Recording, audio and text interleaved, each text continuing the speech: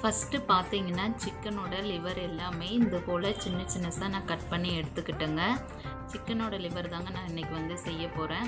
எப்பயுமே நம்ம வந்து இது மட்டுமே தனியாக செஞ்சுக்கன்னா சாப்பிட்றதுக்கு ஒரு மாதிரி இருக்குதுன்னு சொல்லுவாங்க. ஸோ அதனால் இன்றைக்கி கொஞ்சம் நான் டிஃப்ரெண்ட்டாக பார்த்தீங்கன்னா மஷ்ரூம் சேர்த்து செய்ய போகிறேங்க. அதனால தான் நான் வந்து பிரியாணிக்கு இது சைடிஷாக தான் நான் செஞ்சேன். ஆனால் ரொம்ப நல்லா டேஸ்ட்டாக வந்துருந்துச்சுங்க. இது ரெண்டுமே காம்போவும் செம்மையாக இருந்துச்சு இது ரெண்டையும் சேர்த்து செய்யும் போது. அதனால் இந்த ரெசிபி உங்களுக்கு கொடுக்கலாம் அப்படின்னு சொல்லிட்டு தான் நான் வந்து இந்த வீடியோ கொடுத்துட்ருக்கேன். பார்த்தீங்கன்னா மஷ்ரூம் பாருங்கள் நல்லா வெள்ளையாக தும்பப்பூ மாதிரி இருக்குது. நல்லா கழுவி எடுத்துட்டேன். அப்புறம் ஒரு டிப்ஸுங்க, நம்ம பார்த்தீங்கன்னா மஷ்ரூம் கழுவும் போது வாஷ் பண்ணும்போது பார்த்தீங்கன்னா கொஞ்சம் அரிசி மாவு போட்டு கழுவுனிங்கன்னா ரொம்பவும் நல்லா க்ளீனாக ஆகிடுங்க. நல்லா ஒயிட்டாகவும் நமக்கு மஷ்ரூம் கிடைக்கும். நான் பார்த்தீங்கன்னா லைட்டாக கொஞ்சம் அரிசி மாவு போட்டு தான் கழுவி எடுத்துகிட்டு இது போல் சின்ன சின்னதாக நான் வந்து கட் பண்ணி எடுத்துட்டுங்க. ஏன்னா நம்ம வந்து லிவருமே மீடியம் சைஸாக போட்டிருக்கோங்க.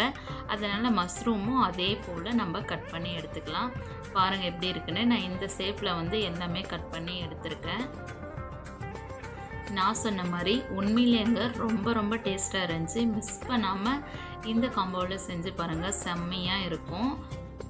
இப்போ நம்ம தாளிப்பு கொடுத்துடலாம். நான் பட்டை, லவங்கம், சோம்பு இது எல்லாமே எடுத்திருக்கேன். 2 பச்சை மிளகாயும் சேர்த்துருக்கேன்.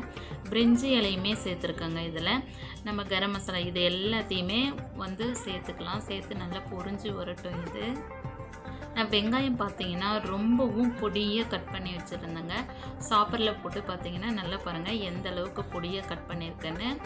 இந்த வெங்காயம் நல்லா வதங்கினதுமே இஞ்சி பூண்டு பேஸ்ட்டு 1 டேபிள் ஸ்பூன் அளவுக்கு சேர்த்துருக்கேன். அதோடு பார்த்திங்கன்னா இப்போ லிவரை வந்து சேர்த்துக்கலாங்க. நான் ஃபஸ்ட்டே பார்த்திங்கன்னா லிவரை சேர்த்துக்கிறேன். அதுக்கப்புறம் தான் நான் மஷ்ரூமை சேர்த்துக்க போகிறேன். தேவையான உப்பு போட்டு நல்லா கலக்கி விட்டுறலாங்க.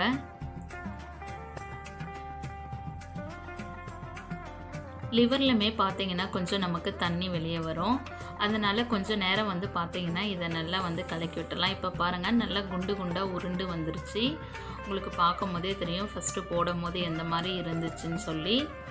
இப்போ பார்த்திங்கன்னா நான் மசாலா எல்லாம் சேர்த்துக்க போகிறேங்க.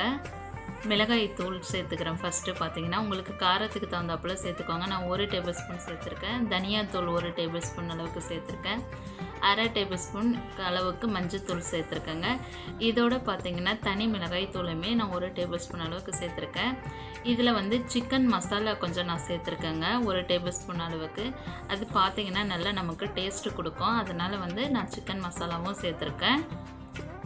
இப்போ நல்லா கலக்கந்து மஷ்ரூமை சேர்த்துக்கலாம். மஷ்ரூம் வந்து சீக்கிரமே வெந்துருங்க. அதனால தான் நான் வந்து லாஸ்ட்டாக வந்து மஷ்ரூம் சேர்த்துக்கிறேன். கலக்கி ஒரு 5 நிமிஷம் பார்த்திங்கன்னா நல்லா மூடி வச்சா பாருங்கள் இந்த மாதிரி நல்ல தண்ணி எல்லாமே அதில் இருக்கிற எக்ஸ்ட்ரா இருக்கிற தண்ணி எல்லாமே வந்துடுச்சு. மஷ்ரூமில் பார்த்திங்கன்னா நல்லாவே நமக்கு தண்ணி வரும். அதனால் ஜாஸ்தி நம்ம தண்ணி சேர்க்க தேவையில்லை. அரைச்சி வச்ச ஒரு தக்காளியை வந்து நல்லா சேர்த்துக்கிட்டேங்க. நான் நல்ல பெரிய சைஸ் ஒரு தக்காளி எடுத்துருந்தேங்க. அவ்வளோதான். அதோட கொஞ்சம் கொத்தமல்லி சேர்த்து அரைச்சிருந்தேன். அதையுமே சேர்த்துக்கிட்டேன். இப்போ பாருங்கள் எந்த அளவுக்கு இருக்குன்னு. நமக்கு கிரேவிக்கு தேவையான அளவுக்கு தண்ணி அதிலே இருக்குங்க. அதனால் நான் அப்படியே மூடி போட்டு 2 விசில் விட்டு எடுக்க போகிறேங்க. 2 விசிலுக்கே வந்து அருமையாக வெந்துருந்துச்சு. பார்க்கலாம் வாங்க. பாருங்கள் எந்த அளவுக்கு வந்து நல்லா வெந்து வந்திருக்குன்ட்டுன்னு. இப்போ கொத்தமல்லி தூவி இறக்குனா அவ்வளோதாங்க. அருமையான நம்மளோட லிவர் கிரேவி ரெடி ஆகியாச்சு. லிவரும் அதாவது மஷ்ரூமும் சேர்த்து செஞ்சது. இதே போல் நீங்களுமே ட்ரை பண்ணி பாருங்கள். ட்ரை பண்ணி பார்த்துட்டு எப்படி வந்துச்சுன்னு சொல்லிட்டு வந்து கமெண்ட் பாக்ஸில் சொல்லுங்கள். இந்த வீடியோ பிடிச்சிருந்தா நம்மளோட சுதாஜி சேனலுக்கு லைக் பண்ணுங்கள், ஷேர் பண்ணுங்கள், கமெண்ட் பண்ணுங்கள். மறக்காமல் சப்ஸ்கிரைப் பண்ணிவிட்டு பெல் ஐக்கானையும் கிளிக் பண்ணுங்கள். செம்மையான டேஸ்ட்டில் இருந்துச்சுங்க. மிஸ் பண்ணாதீங்க. கண்டிப்பாக ட்ரை பண்ணி பாருங்கள்.